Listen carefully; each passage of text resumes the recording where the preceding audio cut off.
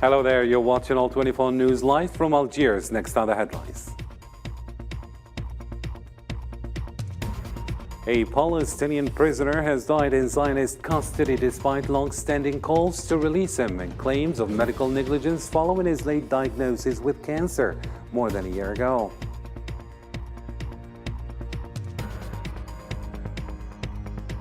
Also coming up, Ukraine's President Volodymyr Zelensky has made an unannounced visit to Bakhmut, an embattled city in the country's east that has been under relentless Russian attacks for several months.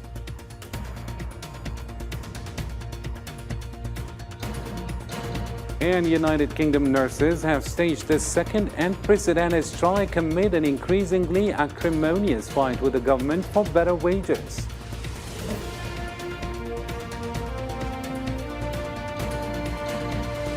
You will be also watching the World Bank has slashed its growth outlook for China's economy as nearly 3 years of zero COVID curbs and a real estate slump weigh on the world's second largest economy.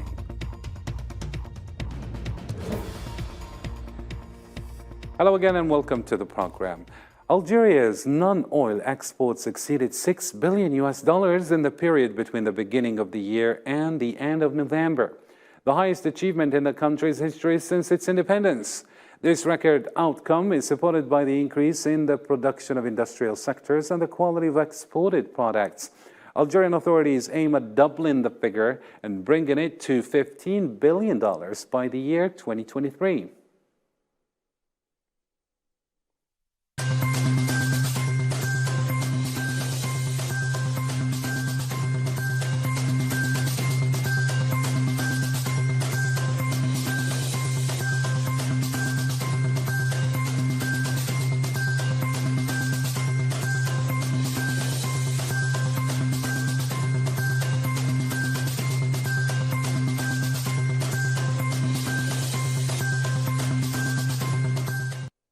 Still with Algeria-related news, Algerian Minister of Energy and Mines, Mr. Mohamed Arqab, is considering relaunching the special study on the construction of the Algeria-Sardinia gas pipeline, Galchi. Mr. Arqab, in a speech he delivered during the 4th edition of the Algerian Jam and Energy Day on Tuesday, explained that the procedure aims to adapt the facility according to technical standards and specifications adapted to the future export of hydrogen and ammonia to Europe and Germany.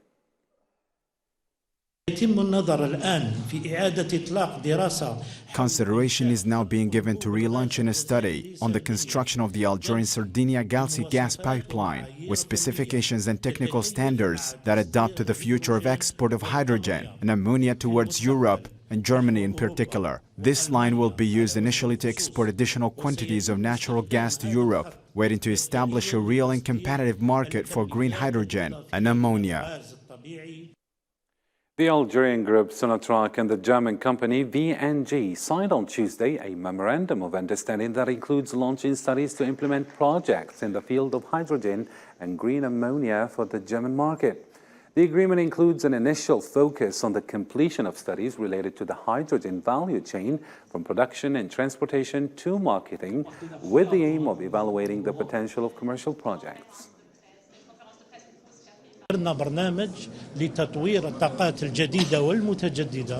We've made a program for the development of new and renewable energies, and among that there is the development of hydrogen. We have studied this program in the Government Council, and there was initial approval. It will be the first project on the ground for green hydrogen in Algeria. It is a project signed by German VNG and Sonatrach Group, the first pilot project to develop hydrogen in Algeria through solar energy or water desalination to produce 50 megawatts of electricity.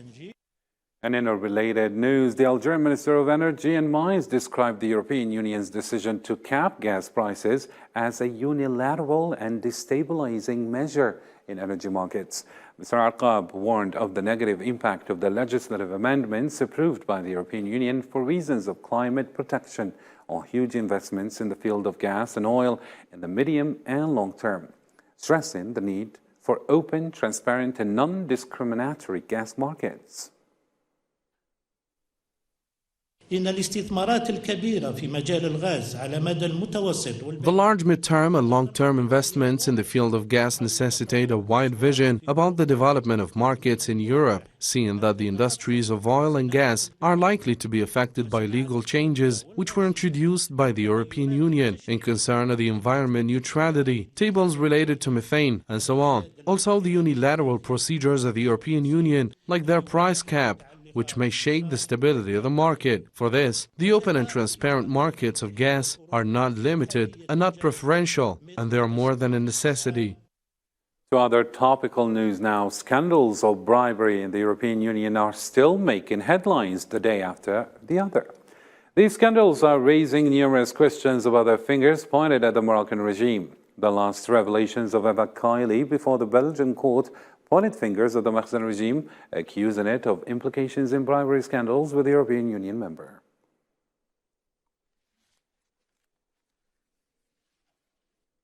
To the Middle East now, a Palestinian prisoner diagnosed with cancer and jailed for life by Zionist occupier died on Tuesday. A general strike was declared in the occupied West Bank and demonstrations were held in major Palestinian cities following his death. Palestinian officials had already called for his release as his health deteriorated in recent months. He was cited by Palestinian President Mahmoud Abbas in a speech to the United Nations in September calling for his release.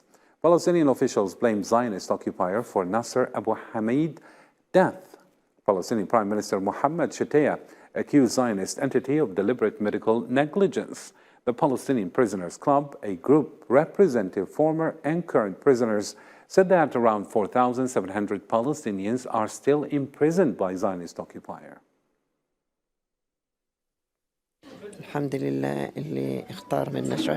We thank God because He chose a martyr among us, and thanks to God we were able to visit him and say goodbye. It was a difficult encounter, but thanks to God we had the chance to see him and say goodbye and pray for him. I said to him, "My son, may God protect you." Nasser Abu Hamid takes up the history of a country, of a nation. He's one of the prisoners murdered by the occupation. The same people say it's medical negligence, but it's not. It's medical murder. It's murder for all our prisoners too. The world should take a stand by those who claim to respect democracy and human rights. A group of terrorists from ISIS group riding motorcycles attacked a village in Iraq on Monday night, killing 8 people. Dozens of residents, some of them unarmed, had rushed to confront the attackers. A funeral was held on Tuesday for the victims. The violence on Monday came a day after an explosive device went off in northern Iraq, killing at least 9 members of the Iraqi Federal Police Force who were on patrol.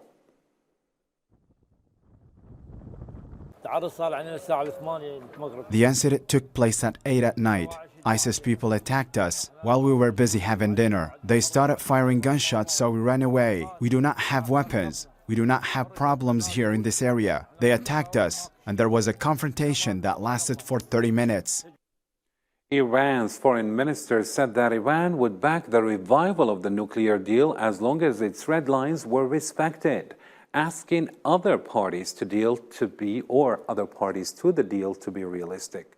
Hossein Amir Abdullahian was speaking at a regional conference in Jordan on Iraq, where he also met with EU Foreign Policy Chief Joseph Borrell on the sidelines. Borrell said Tehran should immediately halt military support for Russia and its repression of protesters at home. While there is currently no sign of return to talks, Borrell said the EU would continue to work with Iran on restoring its 2015 nuclear deal with world powers. Iran has followed Vienna dialogue seriously. Today, I would like to thank the representative of the European Union, Josep Borrell, for the dialogues, and in one talk, I told him with following the red borders, we're ready to reach the last step, provided all sides be realistic, also collaboration between Iran and the Atomic Energy Agency. To Russia-Ukraine file now. Ukrainian President Volodymyr Zelensky visited Ukraine's Bakhmut city on Tuesday, where the ongoing war with Russia has been the most intense. Zelensky met with the Ukrainian soldiers who took part in the conflicts in the city which is located on the front line in the Donetsk region of Ukraine. He presented various awards to some of the soldiers, thanking them for their courage, resilience, and strength.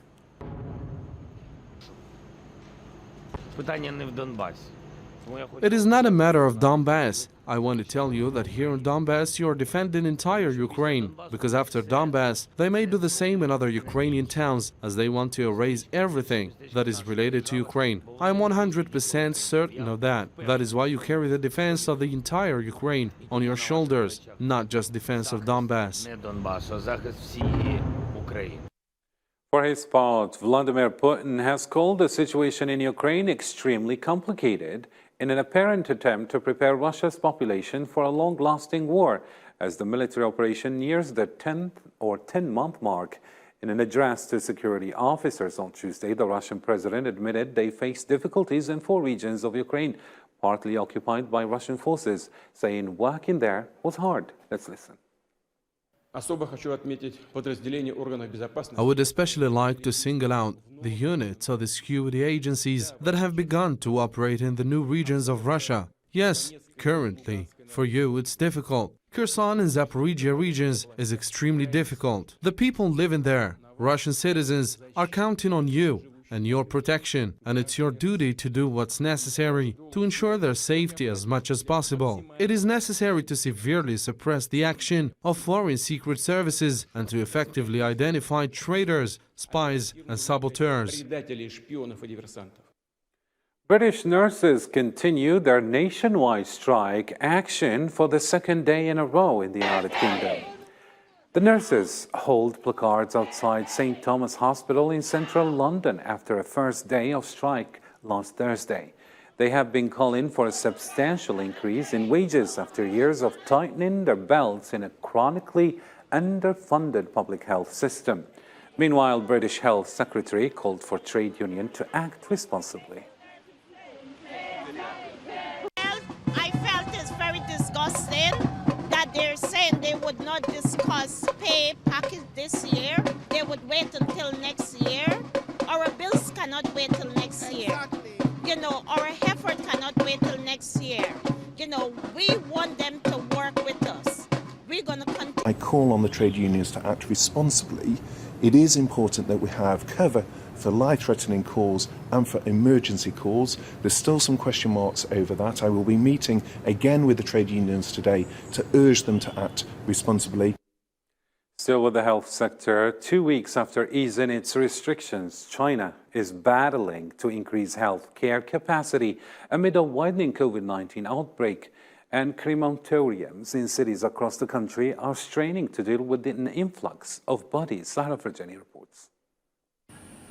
Cities across China are struggling after easing the most severe COVID-19 policies. This decision led to an unprecedented wave of COVID surges that threatens the elderly. Thus, crematoria across China are straining to cope with the influx of bodies. Reports say they are as busy as they were back in 2020. Authorities, on the other hand, are scrambled to deal with the acute shortage of medicine and to install hospital beds and build fever screening clinics. We need to expand the supply of medical services through multiple platforms, increase the supply of relevant drugs, quickly divert patients with mild illnesses, expand resources for severe care, and safeguard the defense line of health protection and severe case prevention. China's capital city, Beijing, has doubled its capacity of emergency medical dispatch services to deal with the sharp surges in COVID-19 cases. Since December 1st, the emergency medical service call has been in high-level operation in Beijing. We've doubled the number of trunk lines from 240 to 480, which means we now have 480 operators answering the phone at the same time. Instead of the number 240 in the past, the dispatch capacity has doubled. Chinese government ended the zero-COVID policy in early December against a backdrop of growing exasperation among the population and a considerable impact on the economy. China is confident in its refined COVID-19 response while pursuing steady economic and social development. Facts have shown that China's COVID-19 policy has provided maximum protection to people's lives and health, minimized COVID-19's impact on socio-economic development, and bought precious time for understanding the virus on the basis of science, for research and development of vaccines and therapeutics, and for vaccinating more people across the country. We have achieved the most effective results at minimum cost. It is widely thought that China's recalibration of its COVID-19 response and ensuing quick actions will give a solid boost to the world's second-largest economy. However, the country has to grapple with the surge that is threatening people's lives. Still with China, the World Bank has slashed its growth outlook for China's economy as nearly 3 years of zero-COVID curbs and a real estate slump weigh on the world's second-largest economy. In its latest forecast on Tuesday, the Washington, D.C.-based institution cut China's expected growth for 2022 to 2.7%, down from 4.3% in June.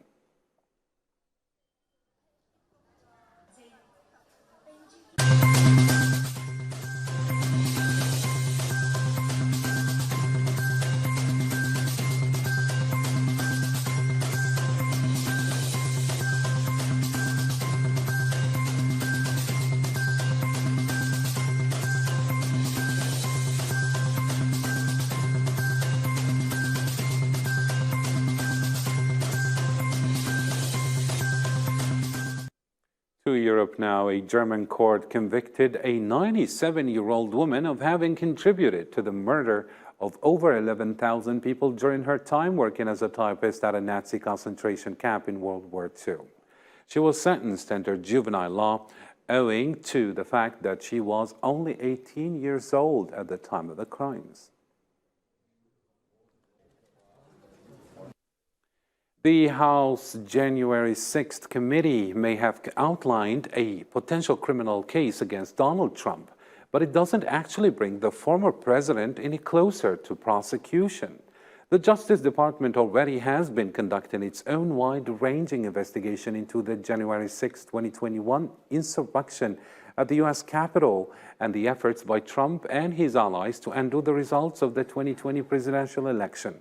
Islam Said with more in this report.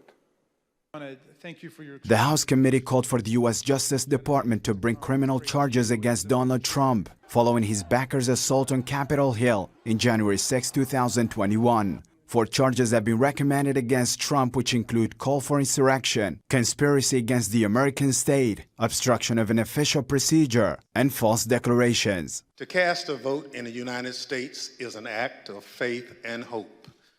When we drop that ballot in the ballot box, we expect the people named on the ballot are going to uphold their end of the deal.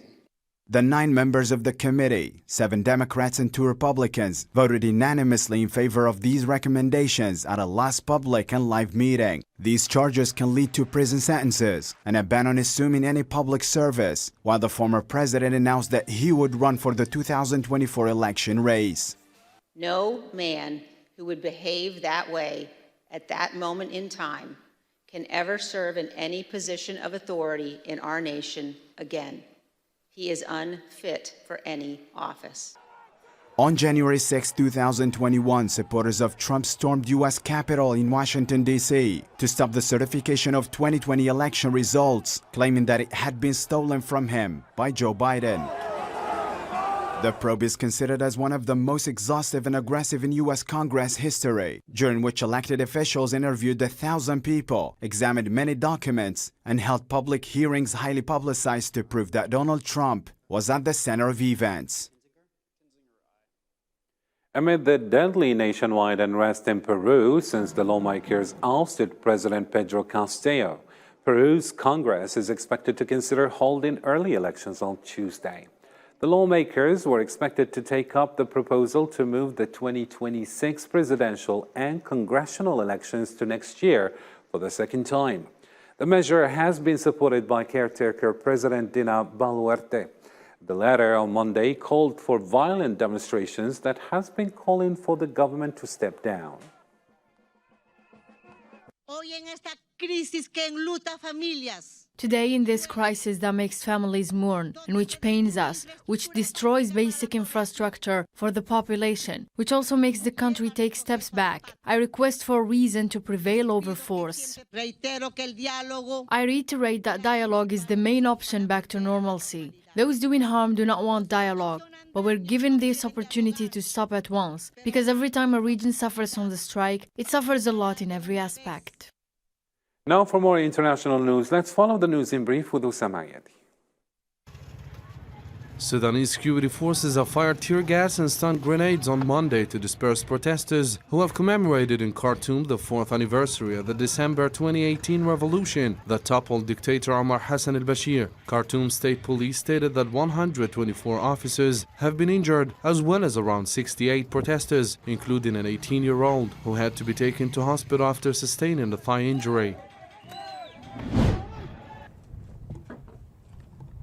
More than 20 villagers were killed in two separate attacks by gunmen in the troubled northern state of Kaduna in Africa's population giant Nigeria. The death toll from Sunday's violence against the villages of Malagum 1 and Sakawong in Kora district rose to 37 according to sources. Tunisia's electoral board revised the turnout in parliament elections slightly upwards to 11.2% on Monday, a poll that opposition groups said undermined President Kais Saied. The Easy Electoral Authority had initially announced participation of 8.8% after the close of voting for a parliament which had been largely stripped of any power. The U.S. Supreme Court on Monday said COVID-era restrictions at the U.S.-Mexico border that were set to end on Wednesday should stay in place, at least temporarily, as a Republican legal challenge moves forward. The development came just as the White House had been attempting to prepare for an increase in the number of migrant crossings, even as some border cities were struggling to cope with undocumented people arriving in recent months. And finally, to some football news. Argentina's World Cup winning squad set off on a victory parade through Buenos Aires on Tuesday, with hundreds of thousands or possibly a million fans applauding them all the way. Led by Lionel Messi, the team arrived in the early hours at Ezeiza Airport, where despite it being around 3 a.m., thousands were waiting with banners, flags, and flares and howling in joy. The players, after spending a few hours at the Argentine Football Association facilities near the airport, left on an open-top bus with signs saying World Champions and 3 stars to mark the country's trio of trophies.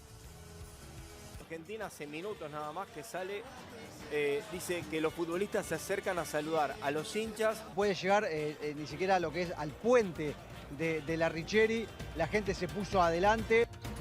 Well, that's it for our news. For more, you can visit our social media platforms. From me and the rest of the team, thank you for watching, and bye for now.